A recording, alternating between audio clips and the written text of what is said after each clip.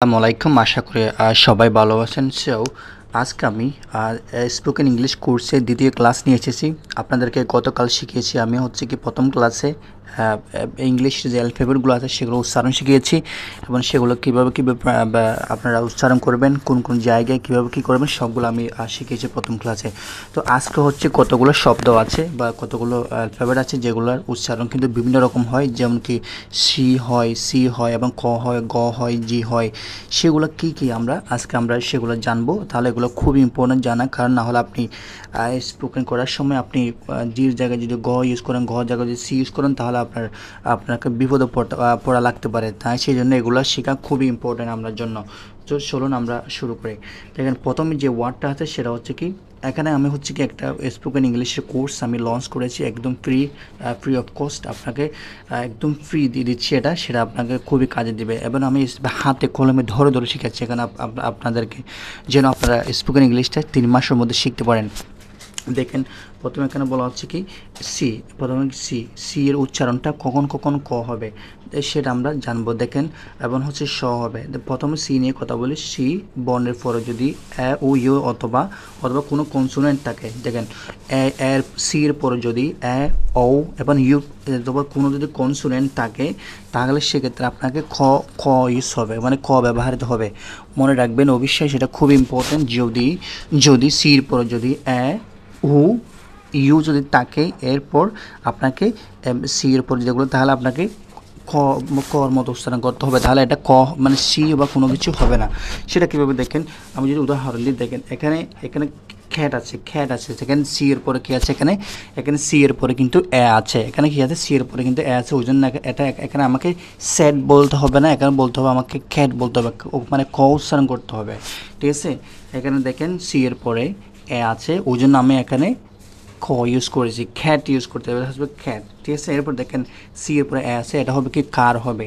C এর পরে কি আছে, এ আছে, এখানে কার হবে। তো এভাবে আপনাকে উচ্চারণ করতে হবে। এরপর দেখেন আরও কি আছে, এরপর দেখেন সির পরে ও আছে, আমি বললাম ও থাকলেও বা কনসোনেন্ট থাকলে সেরকম হবে। এরপরে ও আছে, তাহলে কী হবে, কোল্ড হবে।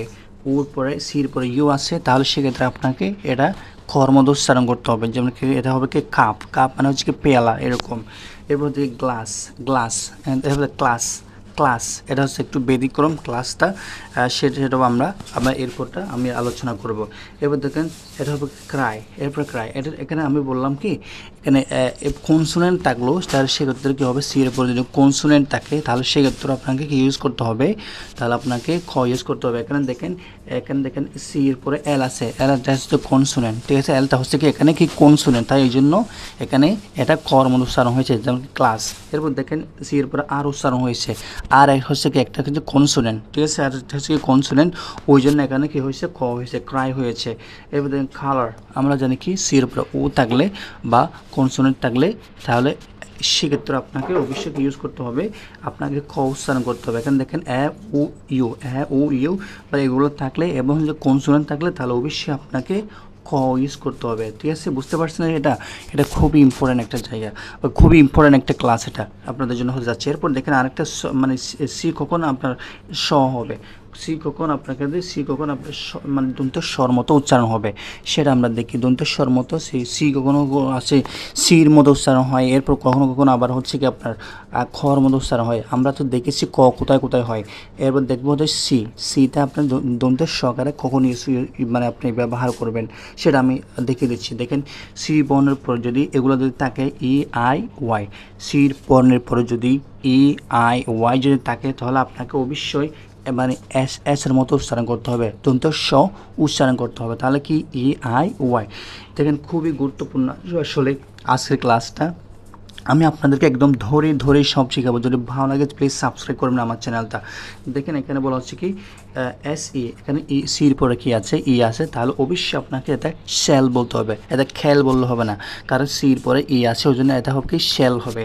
এরপর দেখেন সির পরে আছে, এরপর হবে কি, এটা হবে সেন্টার, এটা হবে কি সেন্টার হবে, সেন্টার। ঠিক আছে, সেন্টার হবে। এরপর দেখেন সির পরে আছে, তাহলে এটা হবে কি সিটি হবে, সিটি নট সিটি, এটা হবে সিটি নট খিটি না, এটা হতে সিটি হবে। এরপর দেখেন সির পরে আছে, তাই এটা হবে কি সিনেমা হবে। ঠিক আছে, এরপর এরপর দেখেন সির পরে ওয়াই আছে, আমরা জানি কি সির পরে ওয়াই থাকলে কী হবে, আপনার হচ্ছে কি সির মতো উচ্চারণ হবে, তাহলে এটা হবে কি সিনেমা, এটা হবে কি সিনেমা। এরপর দেখেন সির পরে ই থাকলে কী হবে, সির পরে ই থাকলে আপনার কী হবে, অবশ্যই আপনাকে সির মতো উচ্চারণ করবে, তাহলে সেটা হবে কি শার্টেন, সেটা হবে কি শার্টেন মানে হচ্ছে কি নিশ্চিত। এভাবে আপনারা আরও আছে, যেমন কি রেস আছে, যেমন কি রেস আর পরে এ আছে, তাহলে সেটা হবে কি রেস হবে, রেস। তো যেগুলো আমি বলেছি সেগুলো আপনারা নোট করেন এবং হচ্ছে কি খুবই ইম্পর্টেন্ট একটা কোর্স হতে যাচ্ছে আপনাদের জন্য। এরপর আপনি আরও দেখেন সেটা হচ্ছে কি এই যে ছটা, এই যে ছটা যে সিটা আরও বিভিন্ন জায়গায় বিভিন্নভাবে ইউজ করা হয়, সেটা কোথায় কোথায় ইউজ করা হয় সেটাও জানা লাগবে, সেটাও আমি আপনাদেরকে বলে দিচ্ছি। সিহেচ কিন্তু মাঝে মাঝে অনেকভাবে উচ্চারিত হয়, সেটা আমরা কীভাবে উচ্চারিত হয় সেটা আমরা দেখি, ঠিক আছে। সিহেচটা বিভিন্নভাবে উচ্চারিত হয়, সেটা কীভাবে হয় সেটা আমরা দেখি, চলুন আমরা সুন্দরভাবে সেগুলো দেখি। সিএইচ মূলত তিনটি ভিন্নভাবে উচ্চারিত হয়, দেখেন সি মূলত তিনটি ভিন্নভাবে উচ্চারিত হয়, সেগুলো কোথায় সেগুলো কীভাবে সেটা আমরা চলুন আমরা দেখি সুন্দর করে। দেখেন সিহেচ প্রথমত এই যে সিহেচটা প্রথমত আপনার চর মতো উচ্চারণ হয়, কীর মতো উচ্চারণ হয়, চর মতো উচ্চারণ হয়, ছ, ঠিক আছে, চর মতো উচ্চারণ হয়। দেখেন যে সিহেচ প্রথমত কী হয়, চর মতো উচ্চারণ, যেমন কি চেয়ার আমরা বলি কি চেয়ার্স, আমরা বলি কি চার্চ, আমরা বলি কি চার্চ বলি, আমরা এখানে চার্চ বলি। এবার টিস বলি, আমরা কি বলি টিস বলি। সিহেচ আমরা প্রথমে এভাবে ইউজ করি টিস, এবং আমরা সেই শেখানো গির্জা এবং হচ্ছে খেদারা আমরা এভাবে আমরা শিখি। এরপর দেখেন সিটা কিন্তু আবার কীভাবে উচ্চারণ হয়, কর্মত উচ্চারণ হয়, সেগুলো কিন্তু গ্রিক শব্দের ক্ষেত্রে, গ্রিক শব্দ যদি থাকে তাহলে সেক্ষেত্রে আপনাকে অবশ্যই সেটা কর্মত উচ্চারণ করতে হবে। আমার যদি মানে সিহেচ থাকলে, সিহেচ যদি একেবারে থাকে তাহলে সেটাকে আপনাকে কর্মত উচ্চারণ করতে হবে, সেটা হচ্ছে গ্রিক শব্দের ক্ষেত্রে, গ্রিক শব্দ। দেখেন কেমিস্ট্রি এগুলো হচ্ছে ব্যতিক্রম, আসলে রুল নাই এখানে, আপনাকে এটা ওগুলো মনে রাখতে হবে এই ওয়ার্ডগুলা, যদি আপনি সেটা করেন তাহলে খুবই ভালো হয়। দেখেন সিহেচ থাকলে কী হবে, কেমিস্ট্রি। এবার দেখেন ক্যারেক্টার, এরপর দেখেন স্কুল, এবার দেখেন ইকো, এগুলো হচ্ছে সবই গ্রিক শব্দ, এগুলো সব গ্রিক শব্দ, কেমিস্ট্রি, ক্যারেক্টার এবং হচ্ছে স্কুল এবং হচ্ছে ইকো, এগুলো হচ্ছে প্রতিদ্বন্দ্বী বিদ্যালয়, চরিত্র, রসায়ন, এগুলো হচ্ছে আপনাকে খুবই ভাবে মনে রাখতে হবে, মানে কারণ আপনি যখন রিডিং করবেন তখন আপনাকে এগুলো জানতে হবে, তাহলে যখন আপনি কারোর সাথে কথা বলবেন তাহলে আপনাকে প্রোনাউন্সিয়েশনগুলো অবশ্যই জানতে হবে। তাহলে এখানে আমরা দেখি সিহেচটা খর মতো উচ্চারণ হয়, সিহেচটা আর কী মতো উচ্চারণ হয় সেটা দেখি।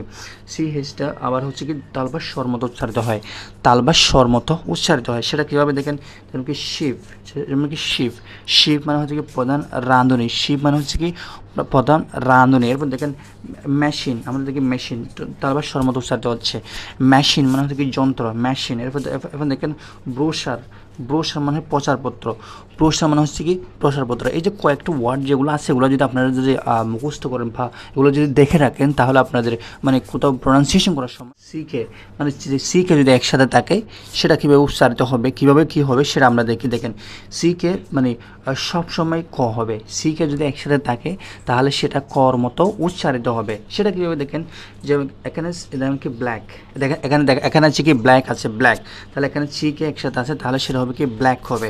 এরপর দেখেন সিকে একসাথে আছে ডাক মানে কি হাঁস, তাহলে সেটাকে সিকে যদি একসাথে থাকে তাহলে সেক্ষেত্রে আপনাকে খ ইউজ করতে হবে। এবার দেখুন রক মানে হচ্ছে কি পাথর, সেক্ষেত্রে আপনাকে মাথায় রাখতে হবে। এরপর শেষের মতো উচ্চারণ পরে তাহলে সেটাও তালবাস স হবে, এস মানে তালবাস স হবে। দেখেন সি এর পর যদি এগুলো থাকে I A I E I O I U এগুলো যদি থাকে, সি এর পর যদি এরকম থাকে তাহলে আপনাকে সেটা তালবাস স্বর মতো উচ্চারণ করতে হবে, যেমন কি স্পেশাল যেমন কি স্পেশাল মানে হচ্ছে কি আই এ, সি এর পর আই এ আছে তাহলে এখানে আই এ আছে, তাহলে ওই জন্য এখানে কি হবে বিশেষ হবে, স্পেশাল হবে, তো তালবাস স্বর মতো উচ্চারণ হবে। এরপর দেখেন এনশিয়েন্ট, সি আই এর পরে ই আছে, সি এর পরে আই ই আছে, সি এর পরে আই ই আছে তাহলে এটা হবে কি এনশিয়েন্ট মানে প্রাচীন। এবার দেখেন প্রিশিয়াস, এবার বলা হয় ফ্রেশার্সও বলা হয় ফ্রেশার্স। এবার দেখেন সি আই ও আছে, আই ও আছে, সি এর পরে আই ও আছে, তাহলে জায়গায় ফ্রেশার্স হবে। ওকে, ফ্রেশার্স মানে হচ্ছে খুবই মূল্যবান, প্রিসাইজ বা এরকম বলা হয়, ফ্রি সাইজও বলা হয় সেটাকে প্রিসাইজ, ঠিক আছে। এবার দেখেন অফিসিয়াল, সি এর পরে আই আই আছে, তাহলে এটা হবে কি অফিসিয়াল, দাপ্তরিক, এটা হবে কি দাপ্তরিক হবে। সো এটা খুবই খুবই খুবই ইম্পর্টেন্ট আপনাদের জন্য। সাইলেন্সি, সাইলেন্সি মানে কিছু কিছু শব্দ, যেমন কি সি, কিছু কিছু শব্দ মানে অনুচ্চারিত থাকে, অর্থাৎ এর কোনো উচ্চারণ হয় না, এর কোনো উচ্চারণ হবে না। যেমন কি চি, চি থাকলেও সেটা কিন্তু মানে কিন্তু উচ্চারণ হবে না, সেটাও আপনাকে জানতে হবে। সি থাকলেও কিন্তু আমরা যে উচ্চারণ করবো ক করবো, স করবো, ছ করবো, মানে এরকম তো হবে না। এরপর মানে কিছু ক্ষেত্রে কিন্তু এগুলো উচ্চারণ সহটা, চিটা উচ্চারণ হবে না। সেটা কোথায়, সেটা একটু দেখি আমরা। যেমন কি দেখেন মাসল, এখানে এখানে মাস্কেল বা মার্শাল এরকম কোনো কিছু বলে না, এখানে শুধু মাসল, এম এ এস উচ্চারণ হয়েছে এবং এল এ উচ্চারণ হয়েছে, তাহলে এখানে কী হবে কি মাসল, এখানে মাসল, মাসল মানে কি পেশি। এবার দেখেন সিন, এখানে দেখে সিন মানে হচ্ছে কি ডিশ, এখানে এখানে স্কিন বলা নাই, এখানে এখানে সিটা উচ্চারণ হয় নাই, তাহলে সিন, এটা হলো কি সিন হবে, এটা সিন, সিন এস সি একসাথে থাকলে, এস সি যদি একসাথে থাকে তাহলে এখানে সির উচ্চারণ হয় না, সির উচ্চারণ হয় না, মানে বা মাঝে মাঝে এটাও মনে রাখতে পারেন, ঠিক আছে। এটা হচ্ছে একটু সংক্ষিপ্ত নিয়ম।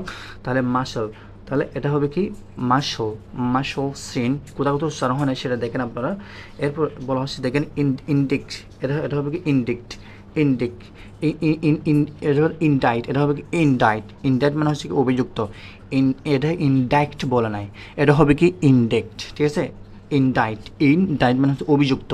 সো ভিউয়ার্স, আজকে আমি আপনাদেরকে শিখিয়েছি হচ্ছে সি এর উচ্চারণগুলো কী কী হতে পারে, সি এর উচ্চারণগুলো কীভাবে কত রকম হতে পারে, আমি সুন্দর করে আপনাদেরকে উদাহরণ দিয়ে সুন্দর করে বুঝিয়ে দিয়েছি। আজকে হচ্ছে স্পোকেন ইংলিশের দ্বিতীয় ক্লাস। সো আপনারা যদি প্রত্যেকটা যদি সুন্দরভাবে যদি ঘরে ঘরে নোট করেন, তাহলে দেখবেন আপনারা 3 মাসের ভিতরে স্পোকেন ইংলিশ ক্লিয়ার করতে পারবেন। আমি ধরে ধরে শিখাবো সব কিছু। সো যদি ভালো লাগে please subscribe my channel and thank you so